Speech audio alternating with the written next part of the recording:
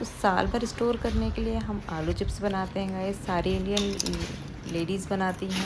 ये मैंने चिप्स जो बनाया था करारे थे, क्रिस्पी थे, जो मेरे खाने में भी आपको इनका क्रिस्पीनेस समझ में आ रही होगी और ये तोड़ने में भी इतने क्रिस्पी हैं। तो ये 25 किलो आलू हैं जिसे मैंने तौल करके लिया है। पहले इनको छील लिया, छीलने के बाद ये इसको पानी से धो लिया है। अच्छे से वॉश कर लेना है आपको, क्योंकि इसमें बहुत मैल होता है। ये इसका छिलके थे जिससे मैंने निकाली थी। और ये है आलू का चिप्स का सांचा, जो मार्केट में आसानी से मिल जाता है। और ये देखिए इस तरह से कुछ चिप्स काटे जाएंगे। काटने के बाद इसको हमें कम से कम 4 बाल्टी पानी से धुलना है। तो ये पहली बाल्टी का पानी था जिसमें बहुत मैला हो गया था, तो इसको मैंने इसमें से निकाल करके दूसरे वाले पानी में डाल दिया है। दूसरे से फिर मैंने तीसरे में डाला है। तीसरे में डालने के बाद इसको मैंने एक टोकरे में डाल दिया है और एक पानी और रहेगा अभी धोने के लिए। इसमें ये जो फलारी नमक मैंने आपको दिखाया है, एक बड़ा सा बर्तन चढ़ा देंगे उसमें गैस में, और जिसमें हमको अब चिप्स उबालना है। तो बड़ा सा बर्तन में पानी ले लिया है मैंने, और इसमें मुझे अब फलारी नमक ऐड करना है। पहले मैं पानी की क्वांटिटी और थोड़ा सा टेस्ट देखूंगी, क्योंकि उसको मुझे चखना रहता है। तो पहले मैंने नमक डाल दिया था, ये दोबारा से मैं नमक डाल रही थी क्योंकि उसमें नमक कम था।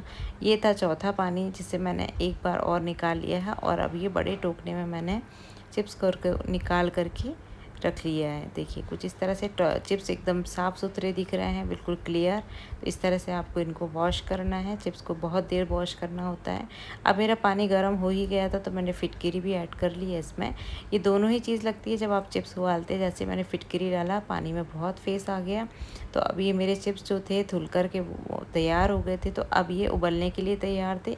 तो गैस जब इस तरह से पानी होने लगे तो आप समझ जाए कि अब आपको आलू की जो पीस आपने चिप्स पीस करके रखे हैं उनको अब डालने की बारी आती है। चलिए अब डाल देते हैं इसमें आलू।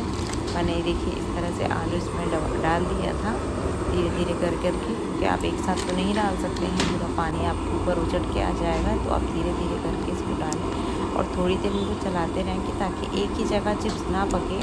ऊपर नीचे करेंगे तो सब तरफ चिप्स एक सा पकेगा।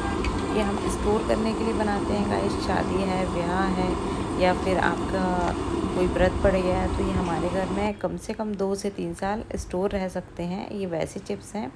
तो ये देखिए ये उबाल आ गई है चिप्स में, और अभी पहली उबाल है इसलिए थोड़ा टाइम लगेगा। इसके बाद हर बार पानी को आपको चेंज नहीं करना है। जितना भी आपने चिप्स काटा है इसी पानी में बन जाएगा। बस थोड़ा सा नमक और फिटकिरी को आप बाद में और ऐड करते रहें टेस्ट के अकॉर्डिंग।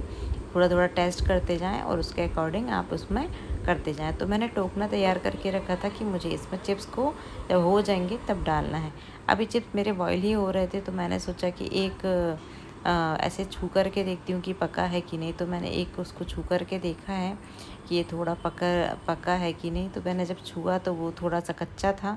तो अभी मैंने उसको फिर पकने के लिए छोड़ दिया है। अभी फिर एक बार देखूँगी मैं कि ये पक गया है।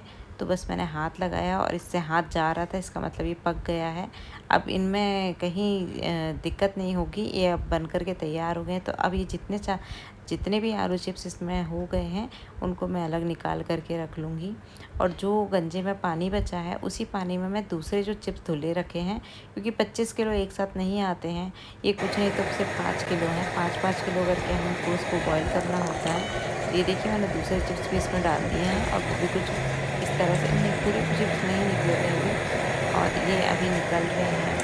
5 किलो चिप्स एक बार में बन जाता है अगर आपके पास बर्तन बड़ा है। फिर मैंने दूसरे चिप्स को और डाला और ऐसे ही कर करके मैं धीरे धीरे सारे चिप्स को निकाल करके और ऊपर छत में जा कर के, टेरेस में जा कर के इनको ऐसे सुखा लिया है एक एक करके, क्योंकि थोड़ा सा एक एक करके सुखाओ तब अच्छा रहता है। ये 2 दिन बाद मेरे सूख गए थे।